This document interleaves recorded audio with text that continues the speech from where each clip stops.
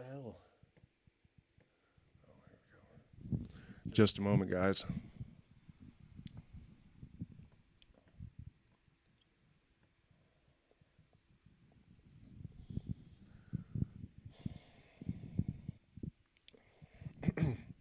All right, guys, welcome. Tonight's stream, we are going to talk about God and whether or not this entity exists. And I'm going to use some recent synchronistic stories to pick apart and to examine why it is that my usual explanation, or my standard explanation for synchronicity, for example, is higher orders of symmetry, which is what Jung, who coined the term, also suspected. So, obviously, I'm not a big fan of religion, and ever since I was a small child, I basically realized, really young, that people that lived in certain places tend to have certain religious beliefs. And that in and of itself was enough to tell me none of these religions are probably right. But then on the other hand, the idea that the universe in all of its complexity excuse me, coagulated out of nothingness, and some lightning bolt hit a puddle of water and life emerged from that. Sorry guys, still a bit under the weather. Also seemed completely ridiculous, and I figured there had to be a middle ground. So I basically spent my entire life trying to figure out what that middle ground is and what the reality behind the universe could be. And I feel like I made more progress than I ever could have imagined. But at the end of the day, the jury's still out, and I kind of feel like the only really realistic, reasonable position to take is agnostic. That we can't really be certain that there's not a God. And people that say there's no evidence for it seem to be missing an awful lot of the obvious. And then at the same time, the whole sky god thing, the best evidence that I see for that is the fact that he had the wisdom and the foresight to put the Bible Belt directly in Tornado Alley. That, to me, is almost proof that there is a will of God enacted upon the land. This fact to me is very compelling. And so, where do we start with such a sprawling, incredible topic? Well, let's start with talking about synchronicity, because those experiences are probably the predominant element of my experience of life that suggests to me that it's not just a bunch of random gobbledygook. And the idea that there are higher orders of symmetry that penetrate all the systems in the universe, and that's, the explanation that Carl Jung gave for synchronicity. I actually came up with that on my own before I ever found out that Carl Jung suggested that. It just seems like an obvious truth, and I think I'm trying to remember exactly what catalyzed that idea, but I reasoned, I think when I was in Ecuador in the mountains just thinking about this, that, according to Jung and according to my own experience, and I think just about everyone else that's reported this kind of stuff, that what happens is there is a bridge that is built or that is enhanced or expanded between the conscious and the subconscious. And when this dialogue increases, we start to experience a symmetry in our internal experience and our external experience. This is why 1111 is the glyph of synchronicity. The internal 11 and the external 11. These things start to sync up in remarkable ways that are terribly difficult to explain. And then, in order to kind of elucidate the purpose of this, in practical terms, because I also believe that the universe doesn't do anything for no reason, right? The principle of sufficient reason, the Pythagorean Illuminati have called it. In the Masonic tradition, it's called the law of necessity, right? That everything is as it is because it must be. And it could not be any other way for the universe to exist, right? The laws of nature are predicated as such because they have to be. And this actually helps to answer questions like, if there's a God, why is there evil in the world? Well, it's structural. It's because in order to create the balance that allows existence to be, there are equal parts of antinomies, of opposites, and the interaction of these things creates a third thing. And that is basically how the universe creates itself and sustains itself. And a lot of people say, there's evil because we must know evil in order to know good, and I think it's even more than that. It's these opposites create each other. And so it's a matter of necessity. And so we can forgive the good Lord for, allowing evil if we understand that it's just a necessary predicate for existence at all, So it's kind of a deviation there. But let's get into a story that will allow me to kind of set the tone. One more thing, actually. This, I guess, position of mine that synchronicity is our best evidence that there is some sort of intelligence that is inextricably intertwined into the fabric of the cosmos, right? Michael Levin is a Harvard PhD, mostly focused on morphology, and his research has uncovered a tremendous number of miraculous things. It's very likely we'll be able to regenerate limbs within 3 to 5 years because of this guy's work. And just on and on, all sorts of incredible stuff. And he did an interview on the Theory of Everything podcast a while back, and the interviewer asked him, if we are part of a larger intelligence, what do you think that would look like experientially? How would we know? And he said, I think synchronicity is the best indicator that we have that we're part of a larger intelligence. And so I'll give you guys a recent story, some experience from my own life that I will then dismantle in order to, give us a framework. So, and by the way, do me a favor, hit the like button, share, subscribe, consider becoming a patron where you get access to 6 years of premium content that is not available to the profane. We're demonetized and we get no support from YouTube, so we do appreciate support. You can also make one-time contributions to the PayPal, Zelle, cryptocurrency addresses. What's going on, Empress Taitu? Okay, so a little while back, I was contacted by a guy who turned out to be a Freemason and also a somewhat of a celebrity opera singer. I didn't know some of these things until after he got here. And so the night before he arrived, I guess, I was laying in bed with my partner, and she was talking about how I have a sort of uncanny knack to see an awful lot of stuff, And one of the things she said was, you're like the eye in the sky, the literal eye in the sky. So a little bit more background to set up the rest of this story so that you guys understand the levels, the tiers of synchronicity that were at play here. Before I never graduated high school, but I think when I was 17 years old, my mom kind of forced me into joining the National Guard.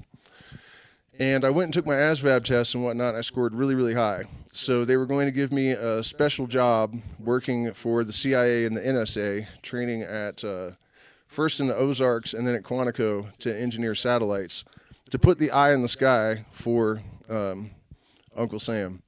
So if you consider, if you know anything about my background and interests and whatnot, the fact that I was going to be part of the literal eye in the sky, and then I ended up on this other path, obsessively studying the other eye in the sky. It's a trippy thing.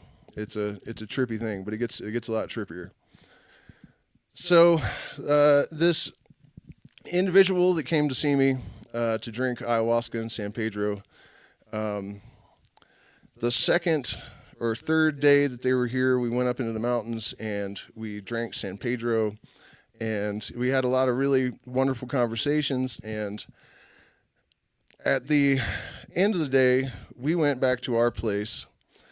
And this individual, who will remain nameless, I have to keep reminding myself not to accidentally dox anybody.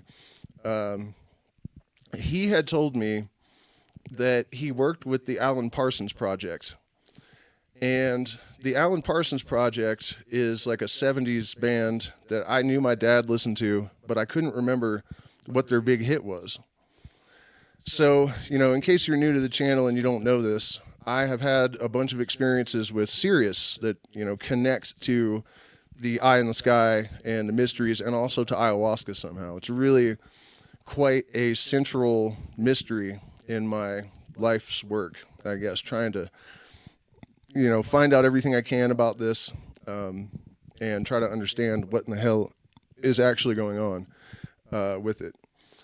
So we get home, and I Google Alan Parsons Project, and the first thing I see is that he was the producer of Dark Side of the Moon, The Wall, Abbey Road by the Beatles, and all of these other things. And then this is hitting me that this gentleman who has become a friend, his producer is the same producer as Pink Floyd and the Beatles and all of these people. But one of the common denominators with the bands that he produced is that they have this connection to this Gnostic lineage. The triangle on the cover of Dark Side of the Moon with the white light being refracted into the rainbow. The company that made the art company, was called Hypnosis, Hipgnosis. Aleister Crowley, who is another person that's connected to all this stuff, is on the cover of Sgt. Pepper's Lonely Hearts Club Band up in the top corner. So there are all these connections, but then I scroll down a little bit more and I see Alan Parsons Project big hit Sirius/Eye in the Sky. So my partner had made this comment about how I was like the eye in the sky a couple nights before. My alternate path in life was to put the eye in the sky. A Mason who, Freemasons are associated with the eye in the sky, the eye in the triangle. And he's connected to this Alan Parsons person who is connected to the biggest bands ever that were connected to this stuff. And the biggest hit is not just called The Eye in the Sky, but Sirius, The Eye in the Sky. And so,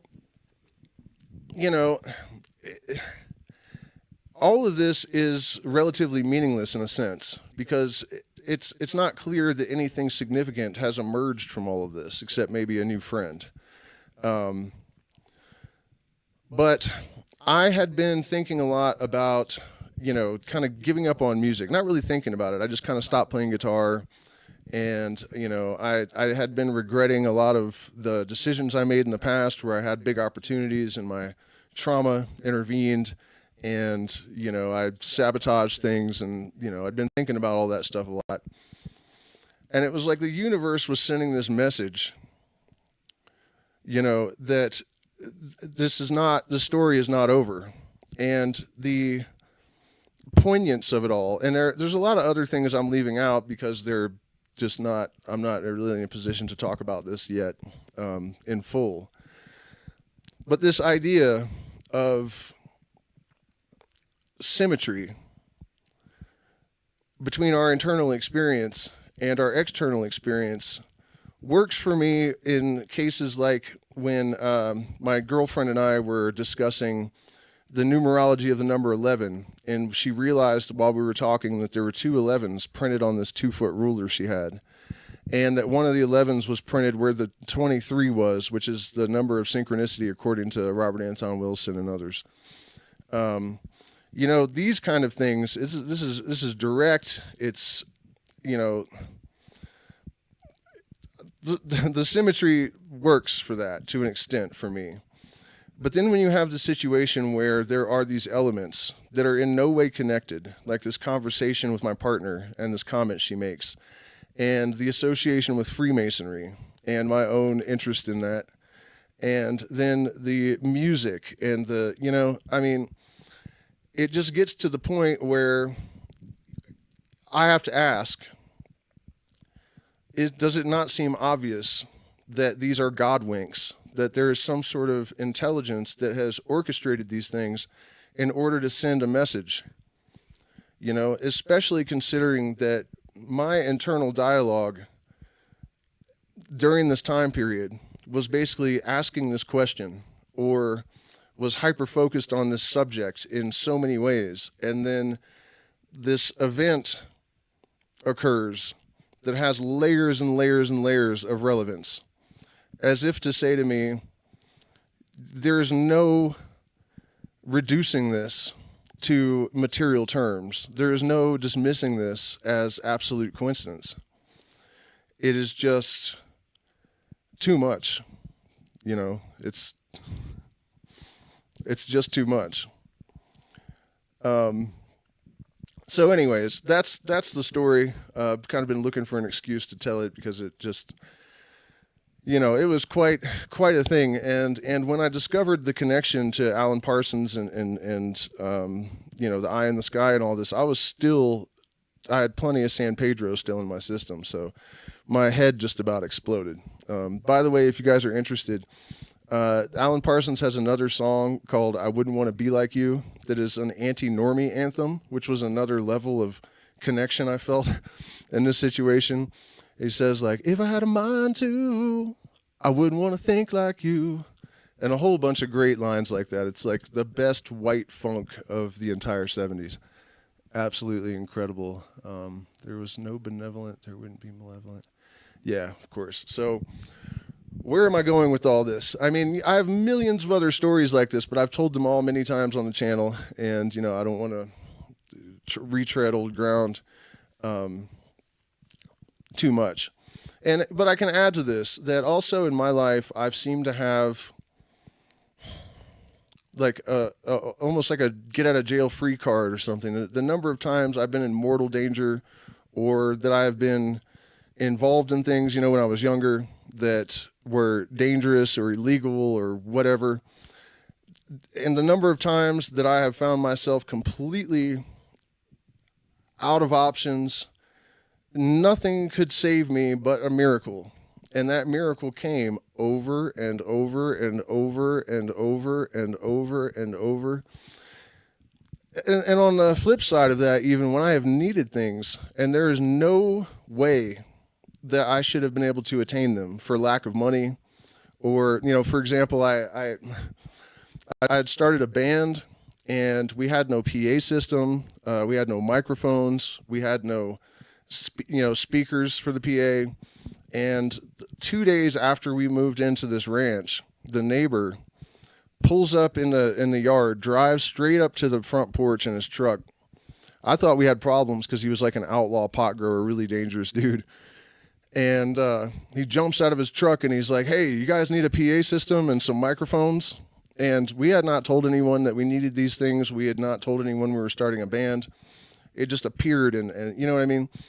What I'm getting at with all this, though, is when I see all of these close calls in my own life and all this evidence of a divine hand organizing circumstances and saving me from certain doom and providing things for me out of nowhere against it, you know, in absurdly improbable odds, then I look on the internet and I see floods wiping out, you know, entire cities and people killed, you know, for through no fault of their own and losing everything they own.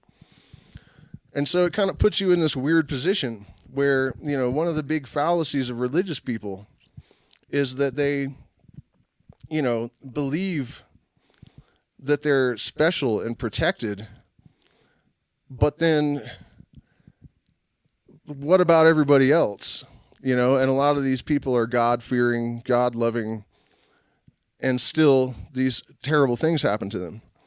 One possible explanation that I've given for myself is that I am connected to a purpose, a higher purpose, and that gives me a little bit of an advantage because you are aligning your personal symmetries with a greater symmetry, especially if that purpose is not entirely self-centered.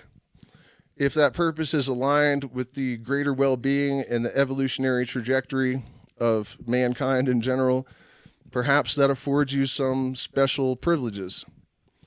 But I still have a hard time reconciling that with all of the suffering and destruction I see in the world, and one of the things that we can do to refine our own spiritual, what is the word when you're apt at something, aptitude, is to look at the mistakes that people make. Like today, for example, I saw that that hurricane in Florida had slowed down to a Category 1 pretty quickly after making landfall. And there were Christians saying, look at this, our prayers have worked. We stopped the hurricane. Well, what happened in Asheville, North Carolina, and Tennessee then? Why didn't their prayers work? Why were they ignored? So if you're going to be honest with yourself, you see these things, and it kind of makes you think that if you are attributing mercy and miracles, apparent miracles, to a God making decisions and sparing people based on prayers, the contradictory evidence, you cannot reconcile it. You cannot reconcile it.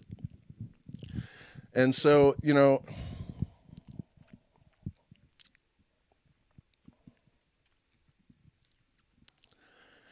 it's a tremendously difficult thing, and I apologize if anybody came here thinking I was going to have answers for you tonight, but I don't think that's something that anyone can really do for anybody.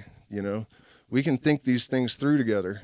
And please, if you have any thoughts or questions or comments, plug them into the chat. I mean, I see Brandon talking about, chosen ones, and I mean, that doesn't seem very godlike to me.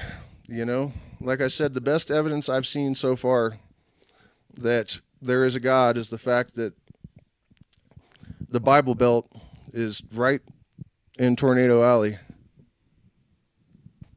God's plan doesn't always line up with human plans. Well, you know what? Partly because I'm still kind of ill and I need to save my strength. I'm starting to get better, but I still have a few days.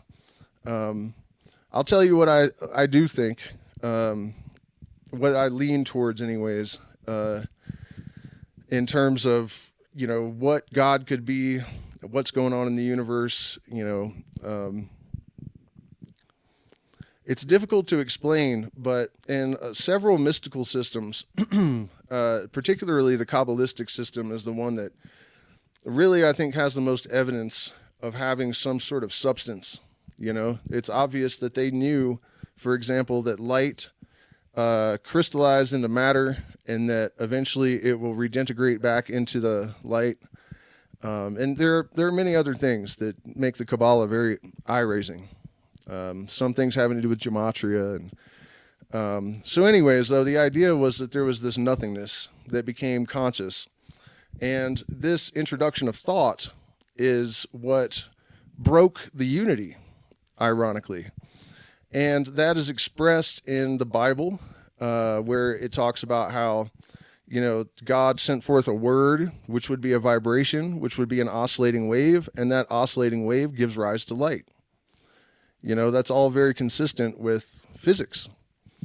And the thing is, for all of you out there going, that means the Bible is true. No, it doesn't, because they took this stuff from much older systems. This is did not originate in the King James Version of the Bible. But so anyways, also another way that this is explained is in the Garden of Eden, where everything was perfect and people were eternal. They eat of the tree of knowledge of good and evil, and this brings in duality. To me, this is a allegory for this process where this thing, and actually the Hebrew idea is that the first word or the first thought was awareness, eheye, I am that I am. It realized it was there. And this fractured the unity, because if you have, and this is where all the paradox in the universe came from, because everything contains the original blueprint or the original constituents. Everything is built along the same blueprint as this first thing. Replication by means of reflection, I always call it.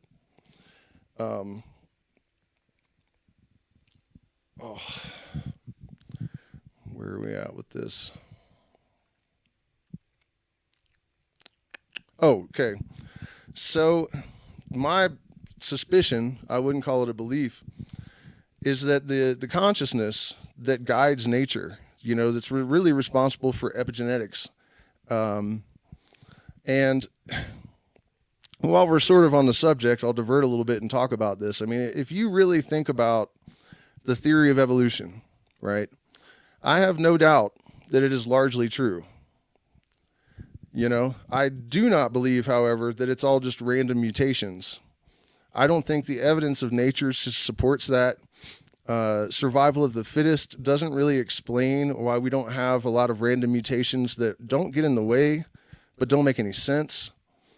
And then if you consider how many different adaptations would have to occur in a very short period of time in order for our biology to work, we had to have everything that functions together in place or we would have died. I mean, there's just the human eyeball is complex enough that even Darwin said that it, I can't remember his exact words and I would like to quote it correctly, but basically that the human eyeball was enough to refute his theory. So, I'm not saying that evolution isn't real, but I am saying that I think our determination to maintain this deterministic, the tendency of the modern ontological program has been to try to reduce the ineffable to the mundane, and that has basically destroyed humanity, right? At the same time, the whole sky god thing is obviously ridiculous, right? So back to my theory about this, that this intelligence is a consequence of creation, and that creation is a consequence of that consciousness, and that as the creation becomes more complex and sophisticated, that intelligence evolves with it. And this is actually reflected in some of these mystical systems I was talking about, in the belief that, for example, the blinking of the eye of Shiva, it could also explain the apparent acceleration of human evolution. And it could also explain the proliferation of experiences of synchronicity that used to be something that was only associated with New Agers and hippies and people like this, but now we have people at Harvard that seem to have experienced them enough that it's making them think that the universe is alive and intelligent. And so as we progress through this process, the universe is becoming more conscious and more aware, just as we are. Macrocosm, microcosm, that as Michael Levin has suggested, and I should talk about the light cones actually, because this really ties into this. His, I guess, scientific explanation or, basis for basically being panpsychist is that if you really think about subatomic particles and the way that they function and interact, and it's not like they're just all down there buzzing around and it's just like a accidental, they all are interacting in such a way that it's highly specific. They all have functions, gluons, muons, quarks. All of these things have very specific jobs that they're doing. And he points out that really is intelligence, that these particles have intelligence. And so if you take the collective behavior of these particles and call it a light cone, then on the next level you have chemicals. And these chemicals do the same thing. They interact and they have functions and they're highly specific. And you could call that chemical intelligence. And then you have another level of that where there's nature. And then you have another level of that, which is organisms. And as they become more and more complex, you have dog, and then you have human. And the longer the light cone, the more complex and the more impactful the function of these things is, right? So on another level, you have towns, cities, nations, ecosystems, entire planets. But there's no reason not to continue scaling that up until you have what the Greeks called macroprosopus, or the Jews called Adam Kadmon. that the planets are something like cells, living cells in the being of a greater organism. And so my suspicion is that as we continue to evolve, God willing, we will experience an increasing number of evidences of this sort of integrated consciousness, and it's not the God of the Bible or Islam or any of these things where it's like a person that's sitting around judging people and making plans and having a will. I actually really like how Maynard James Keenan described this in the song Merkabah. Omnipotent, omnipresent, omniscient, without judgment. Aleister Crowley said that the true illumination is when someone gets their consciousness to a place where they think like he in whom glory and suffering are indistinguishable, meaning that the universe's intelligence, the awareness of the universe, it's to say it wants something is not really quite correct. Too much anthropomorphizing or whatever. But it is there to experience everything across the full spectrum of what we would call good and evil, pain and pleasure, And so that kind of implies this neutrality, that it's here for the experience and it's not biased in one way or the other, the absolute dualistic nature of the universe. And this is a little bit off subject, but somebody in the comments recently said something about how the duality is a lie or whatever. When you look at subatomic particles, there is an exact antiparticle in charge and mass for every single particle, every single one. And even the dark matter problem, I wish I could recall. I shouldn't have brought it up if I can't remember the details. But there's a way to resolve that doesn't violate this as well. So for what it's worth, that's how I think about this. And I think it should be very valuable to people, because I think this uncertainty, this massive question mark that we have in regards to God, we have an awful lot of people running around in the universe that common sense is telling them there's no way that all of this just happened without any kind of intelligence guiding or participating in the process of creation. It's absolutely absurd, But and so then they end up turning to one of these cookie cutter Mick religions that were actually designed by governments, like the Roman consulate and the Egyptian pharaohs, to intercede. And the myth of the archons from the Gnostics, for example, comes from the magistrates of Rome that were called archons that infiltrated the mysteries in order to steal the secrets and to create the Bible with it. So I think that this solution of mine is evidently correct, that there has to be some sort of intelligence, that nature is not blind and random, but that the conceptualizations of this deity that come from all of these religions are not only incorrect, but they are extremely dangerous, damaging, and destructive. And the only way to combat that error, that, like Albert Pike said in 1851, man had the truth, but he found error. And the only way to dispel those shadows is to find the light. Truth is self-substantiating. And if it can be told so as to be understood, I found that it generally is believed. And so, that's the middle ground, I guess, that I have discovered. I hope it does someone some benefit to hear that. Let me check in with the chat if you guys have any questions or comments.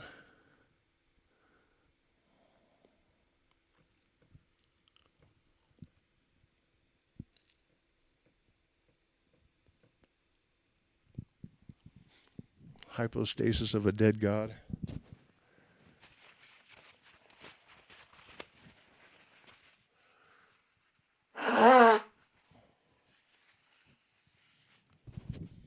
So there is one other little bit. I realize this has been, once again, a little bit disjointed because I'm still not well, kind of choking on mucus and excessively tired.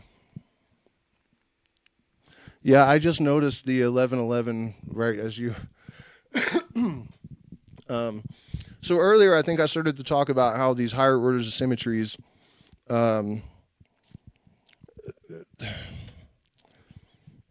penetrate across systems. I don't know if that's the best way to explain. The symmetries that inform both form and function. A good example of this is the male and his phallic organ, right? The shape and function of which reflects the nature of the masculine. The straight lines, the creative, impulse, and women are a great example as well. Science tells us that life came from a single cell in water. We come from a single cell in water. When women are aroused, they become wet. They're associated with emotional, more emotions. The water, these symmetries give coherence to the entire system. And they seem to do so in a way that is informed of metaphor.